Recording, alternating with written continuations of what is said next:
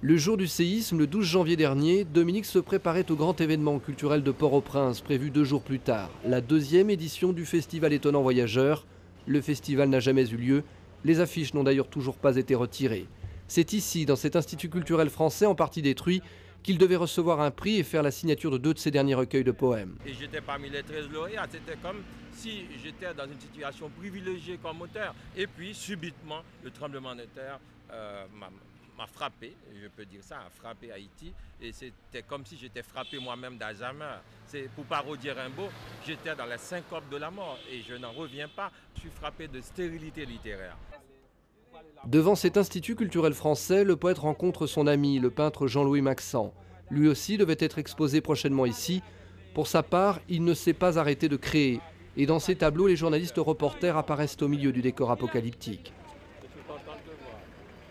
Dominique attire les muses qui l'inspirent. L'une d'entre elles, la jeune actrice Jessica Généus, est une véritable star dans son pays. Elle a joué dans 5 longs métrages de production locale. Un cinéma fragile mais prometteur, juste avant que le séisme ne vienne ruiner les quelques espoirs.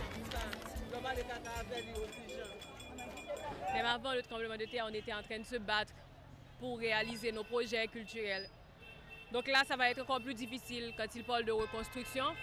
Tout ça va toujours prioriser sur la culture. Donc, dire qu'on est actrice, c'est aberrant, parce que c'est comme un nom ou un titre que je garde juste pour me sentir encore en vie, quoi. Pour survivre, Jessica a décidé de s'improviser chauffeur. Elle guide les responsables des ONG dans sa ville anéantie avec sa propre voiture achetée grâce à ses premiers cachets. Pour ce qui est de sa carrière, elle attendra. Les seuls studios de production cinématographique de la télévision haïtienne ont été détruits. Mais Jessica ne s'avoue pas vaincue. Son prochain film évoquera peut-être la tragédie du tremblement de terre.